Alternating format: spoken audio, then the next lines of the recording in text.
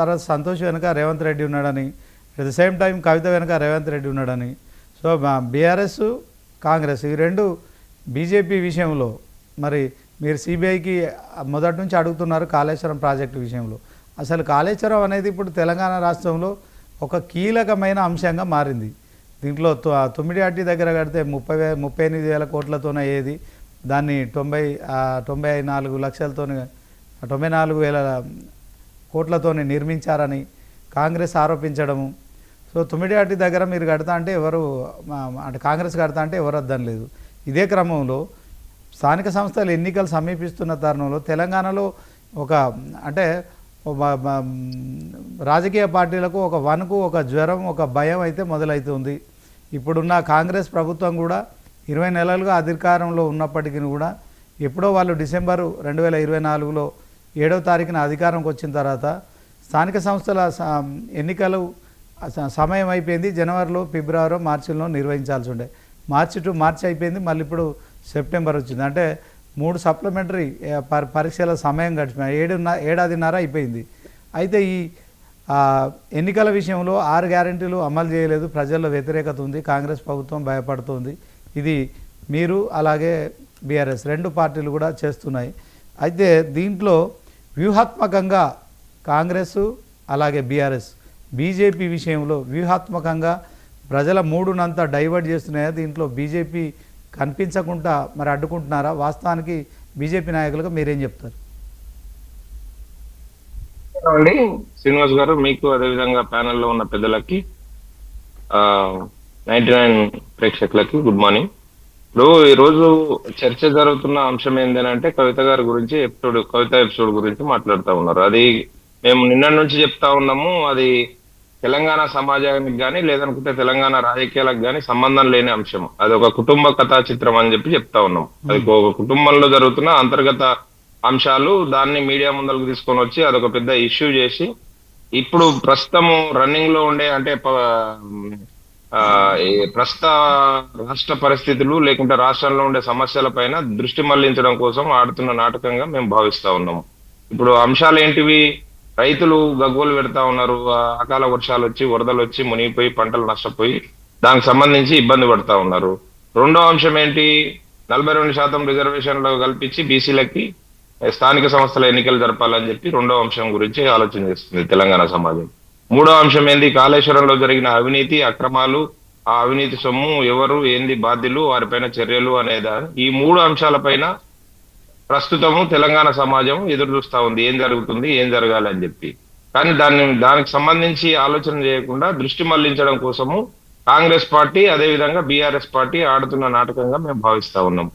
ఎందుకు అని అంటే ఇది ఒక అవినీతి కుటుంబ కథా చిత్రం. ఒక కుటుంబ కథా చిత్రం కాదు, అవినీతి కుటుంబ కథా చిత్రం. పరిమితులు లేని అవినీతి జరిగింది ఆ కుటుంబం ద్వారా తెలంగాణ సమాజంలో. తెలంగాణ సమాజాన్ని మొత్తం దాచుకున్నారు. ఆ పంపకాలలో వచ్చిన భేదాలే తీవ్ర స్థాయికి వెళ్ళినాయి.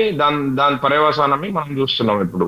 ఎందుకు ఈ విషయం చెప్తున్నాం అంటే పరిమితులే లేవండి. వీరు చేసిన అక్రమాలకి, అన్యాయానికి, అవినీతికి పరిమితులే లేవు. తెలంగాణ సమాజం మొత్తం నష్టపోయింది 10 సంవత్సరాల లోపల.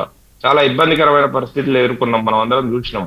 ఏ అంశం చూసినా, వారు కాళేశ్వరం చూసినా గానీ, లేకుంటే విద్యుత్ ఒప్పందాల గురించి చూసినా గానీ, గొర్రెల కుంభకోణం చూసినా గానీ, ఔటర్ రింగ్ రోడ్ గురించి చూసినా గానీ, ఈ కార్ రేసింగ్ చూసినా గానీ, ఏ అంశం చూసినా గానీ వారు ఖచ్చితంగా అక్రమాలు చేసారు, అవినీతి చేసారు. దాని ద్వారా వేల కోట్ల రూపాయలు వచ్చినాయి. ఆ వచ్చిన 1000 కోట్ల రూపాయలు ఎవరికి ఎక్కడ సర్దుబాటు చేయాలి, ఏ విధంగా చేయాలి, ఎవరికి ఎక్కడ అందుబాటులో ఉంచాలనే ఆలోచనలు కొద్దిగా దారి తప్పినాయి. కాబట్టి ఇప్పుడు ఈ పర్యవసనాలు చూస్తున్నాం. కేసీఆర్ గారు రాష్ట్రానికి పెద్దన్న అని చెప్పారు. 10 సంవత్సరాలు ముఖ్యమంత్రిగా చేశారు. తెలంగాణ రాష్ట్ర సమితిని పోయి భారత రాష్ట్ర సమితి చేశారు. దేశానికి దిక్సూచి అని చెప్పారు. ఇంతకుముందు కోటేశ్వరరావు గారు చెప్పినప్పుడు అంటే వాళ్ళు ఊహించుకున్నారు. అట్లా ఊహించుకొని చేసింది ఏంది? మరి కేవలం వాళ్ళ ఇంట్లో ఉండే కూతురుని కవిత గారిని కూడా కట్టడి చేయలేని దుస్థితిలో వచ్చి పడింది కదా. ఏం చేయడానికి ఏం చేస్తున్నారు మరి?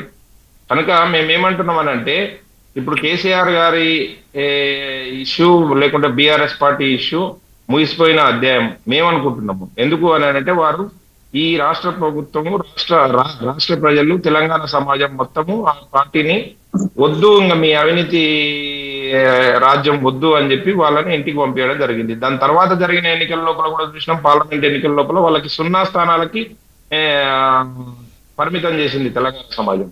కనుక ఇప్పుడు ముగిసిపోయిన అధ్యాయంలో ఇంకా ఇంకా ఏదో ఉంది, ఆ పార్టీ ద్వారా ఏదో జరుగుతుంది, ఏదో వస్తది అని చెప్పి అనుకోవడం అత్యాశ అవుతుంది. తెలంగాణ సమాజం మొత్తం ఎట్టి పరిస్థితుల్లో ఆ కుటుంబాన్ని, ఆ పార్టీని క్షమించడానికి సిద్ధంగా లేరు. కనుక రైట్ వారు రైట్ వారు రైట్ అంతర్గతంగా ఎన్ని విషయాలు చెప్పుకున్నా, ఏం చేసినా, ఏం ఇబ్బందికరమైన పరిస్థితులు సృష్టించుకున్నా దానికి లాభం లేదు, తెలంగాణకు నష్టం లేదు. రైట్ కనుక రైట్ వాళ్ళు థ్యాంక్ యూ ఏదన్నా థ్యాంక్ యూ కానీ థ్యాంక్ యూ ఏదన్నా జరగనివ్వండి. దిలీపాచారి మొత్తానికి ఇదొక అవినీతి కుటుంబ కథా చిత్రం తప్ప తెలంగాణ సమాజానికి ఏం పనికిరాదని చెప్తున్నారు. అదే క్రమంలో కాంగ్రెస్ బీజేపీ బీఆర్ఎస్ రెండు పార్టీలు కూడా బీజేపీని కొంత హైట్ చేసే కార్యక్రమం చేస్తున్నాయని అంటున్నారు. సో ఒకసారి శ్రీశైలం గారు ఉన్నారు, ఆయనతో మాట్లాడదాం. మరి ఆయన విద్యార్థి నాయకులు, at the same time Telangana Jagruthi అంశంలో కూడా మరి ఆయన నాయకులుగా ఉన్నారు. శ్రీశైలం గారు. అన్న నమస్తే అన్న. ముందుగా మీకు 99 టీవీ ప్రేక్షకులకు, అదే విధంగా ప్యానెల్లో ఉన్న పెద్దలు కోటేశ్వరరావు గారు, శ్రీనివాస్ అన్న గారికి, అదే విధంగా మిగతా సభ్యులందరికీ కూడా ఉద్యమాభివందనాలు తెలియజేస్తున్నా. ఓకే అన్న ముందుగా శ్రీశైలం గారు, ఈ రోజు ఒక క్వశ్చన్ అడుగుతాను.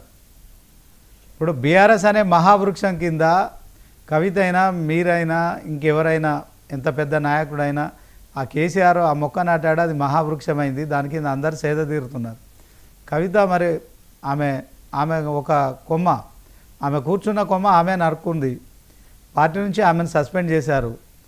సరే, సస్పెండ్ చేసిన క్రమంలో ఆమె చేస్తున్న పార్టీకి సంబంధించి కొంత వ్యతిరేకమైన వ్యాఖ్యలు చేస్తున్నారు.